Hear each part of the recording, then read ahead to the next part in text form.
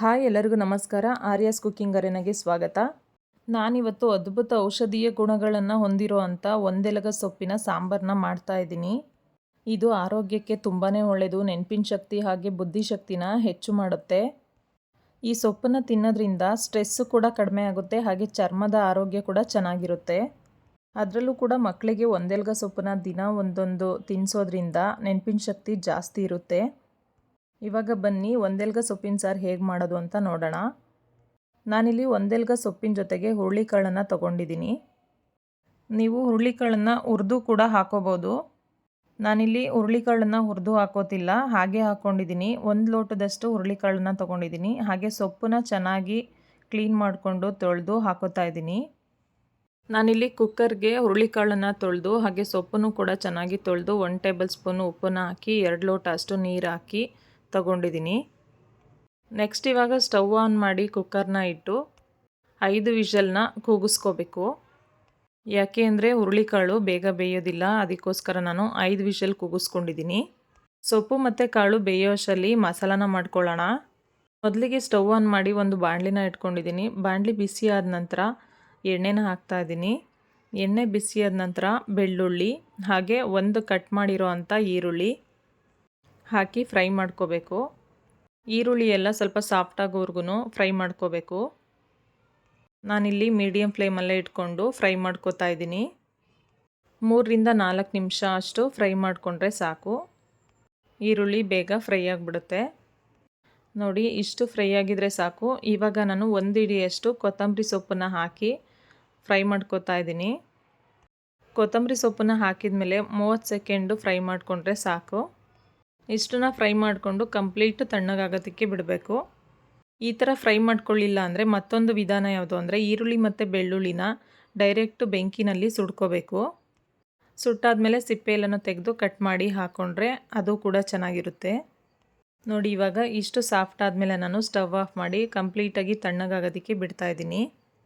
ನೋಡಿ, 5 whistle ಕೂಗಿಸ್ಕೊಂಡು complete cooker cool ಆದಮೇಲೆ cooker ಲಿಡ್ನ open ಮಾಡ್ತಾಯಿದ್ದೀನಿ.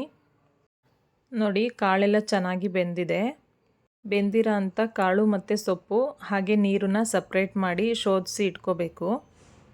ಈ ರೆಸಿಪಿ ತುಂಬಾ ಚೆನ್ನಾಗಿರುತ್ತೆ, ಆರೋಗ್ಯಕ್ಕೂ ಕೂಡ ತುಂಬ ಒಳ್ಳೆಯದು. ಒಂದೆಲಗ ಸೊಪ್ಪಲ್ಲಿ ಈ ಥರ ಸಾಂಬಾರು ಮಾಡಿ ಒಂದ್ಸಲ ತಿನ್ನಿ, ಹೇಗಿತ್ತು ಅಂತ ಕಮೆಂಟ್ ಮಾಡಿ. ಮುದ್ದೆ ಜೊತೆ ಅಂತೂ ಸಖತ್ತಾಗಿರುತ್ತೆ. ನೋಡಿ, ಇವಾಗ ಸೊಪ್ಪು ಕಾಳು ಮತ್ತು ಬೆಂದಿರೋ ಅಂಥ ನೀರನ್ನೆಲ್ಲ ಸಪ್ರೇಟ್ ಮಾಡಿ ಎತ್ತಿಟ್ಕೋತಾ ಇದ್ದೀನಿ. ಇವಾಗ ಒಂದು ಮಿಕ್ಸಿ ಜಾರ್ನ ತೊಗೊಂಡು 1 ಕಪ್ಪಷ್ಟು ತೆಂಗಿನಕಾಯಿ ತುರಿ ಹಾಗೆ 1 ಟೇಬಲ್ ಸ್ಪೂನಷ್ಟು ಜೀರಿಗೆ ಹಾಗೆಯೇ ಆವಾಗಲೇ ಫ್ರೈ ಮಾಡ್ಕೊಂಡಿರೋ ಅಂಥ ಈರುಳ್ಳಿ ಮತ್ತು ಬೆಳ್ಳುಳ್ಳಿ ಹಾಗೆ ಕೊತ್ತಂಬರಿ ಸೊಪ್ಪನ್ನು ಕೂಡ ಹಾಕ್ತಾಯಿದ್ದೀನಿ. ನೆಕ್ಸ್ಟ್ ಇವಾಗ ಬೆಂದಿರೋ ಅಂಥ ಕಾಳು ಮತ್ತು ಸೊಪ್ಪನ್ನು ಕೂಡ ಹಾಕ್ತಾಯಿದ್ದೀನಿ ರುಬ್ಬೋದಕ್ಕೆ. ನಂತರ 1 ಟೇಬಲ್ ಸ್ಪೂನು ಅಚ್ಚ ಖಾರದ ಪುಡಿ ಹಾಗೆ 1 ಟೇಬಲ್ ಸ್ಪೂನು ಧನಿಯಾ ಪುಡಿನ ಹಾಕ್ಕೊಂಡು ರುಬ್ಬೋದಕ್ಕೆ ಎಷ್ಟು ಬೇಕೋ ಅಷ್ಟು ನೀರನ್ನ ಹಾಕ್ಕೊಂಡು ಚೆನ್ನಾಗಿ ನುಣ್ಣಗೆ ರುಬ್ಬಿ ಇಟ್ಕೋಬೇಕು. ನೋಡಿ, ಇವಾಗ ಚೆನ್ನಾಗಿ ನುಣ್ಣಗೆ ಪೇಸ್ಟ್ ಆಗಿದೆ. ಇಷ್ಟು ಚೆನ್ನಾಗಿ ನುಣ್ಣಗೆ ರುಬ್ಕೋಬೇಕು. ನೆಕ್ಸ್ಟ್ ಇವಾಗ ಸ್ಟವ್ ಆನ್ ಮಾಡಿ ಒಂದು ಪಾತ್ರೆನ ಇಟ್ಕೊಂಡು ಪಾತ್ರೆ ಬಿಸಿಯಾದ ನಂತರ ಒಗ್ಗರಣೆಗೆ ಎಣ್ಣೆ ಕಾದ ನಂತರ 1 ಟೇಬಲ್ ಸ್ಪೂನು ಸಾಸಿವೆ ಹಾಗೆ 1 ಕಡ್ಡಿಯಷ್ಟು ಕರಿಬೇವಿನ ಸೊಪ್ಪನ್ನು ಹಾಕಿ ರುಬ್ಬಿರೋ ಅಂಥ ಮಸಾಲಾನ ಹಾಕಿ ಆವಾಗಲೇ ಕಾಳನ್ನು ಬೇಯಿಸ್ಕೊಂಡಿದ್ನಲ್ಲ ನೀರು, ಅದನ್ನು ಕೂಡ ಸೇರಿಸ್ತಾ ಇದ್ದೀನಿ. ನೀವು ಸಾಂಬಾರು ಕನ್ಸಿಸ್ಟೆನ್ಸಿನ ನೋಡಿಕೊಂಡು ನೀರನ್ನ ಹಾಕ್ಕೋಬೋದು. ನೋಡಿ, ನಾನು ಇಷ್ಟು ತೆಳ್ಳಗೆ ಸಾಂಬಾರನ್ನ ಮಾಡ್ಕೊಂಡಿದ್ದೀನಿ. 1 ಟೇಬಲ್ ಸ್ಪೂನ್ ಉಪ್ಪು ಹಾಕಿ ಚೆನ್ನಾಗಿ ಮಿಕ್ಸ್ ಮಾಡಿ ಚೆನ್ನಾಗಿ ಕುದಿಸ್ಬೇಕು. ಇಷ್ಟು ಕುದೀತಾ ಇರೋವಂಥ ಸಾಂಬಾರಿಗೆ 2 ಪಿತ್ತದಷ್ಟು ಹುಣಸೆ ಹಣ್ಣಿನ ರಸನ ಹಾಕ್ತಾಯಿದ್ದೀನಿ. ಯಾವುದೇ ಥರದ ಬಸ್ಸಾರು ಮಾಡುವಾಗ ಟೊಮೊಟೊ ಬದಲು ಹುಣಸೆ ಹಣ್ಣನ್ನು ಬಳಸಿ, ತುಂಬ ಚೆನ್ನಾಗಿರುತ್ತೆ. ಇವಾಗ ಹುಣಸೆ ಹಣ್ಣಿನ ರಸನ ಹಾಕಿದ ಮೇಲೆ 1 ಕುದಿಯಷ್ಟು ಚೆನ್ನಾಗಿ ಕುದಿಸಿದ ಮೇಲೆ ಸಾಂಬಾರು ರೆಡಿ ಆಗುತ್ತೆ. ನೋಡಿ, ಇವಾಗ ಸಾಂಬಾರು ಚೆನ್ನಾಗಿ ಕುದಿ ಬರ್ತಾ ಇದೆ. ಇವಾಗ ಸಾಂಬಾರು ರೆಡಿಯಾಗಿದೆ. ಈ ಒಂದೆಲಗ ಸಾಂಬಾರಿನ ರೆಸಿಪಿ ನಿಮಗೆಲ್ಲ ಇಷ್ಟ ಆಗಿದ್ರೆ ಸಬ್ಸ್ಕ್ರೈಬ್ ಮಾಡಿ ಹಾಗೆ ಪಕ್ಕದಲ್ಲಿರುವಂಥ ಬೆಲ್ಲೈಕನ್ನ ಪ್ರೆಸ್ ಮಾಡಿ.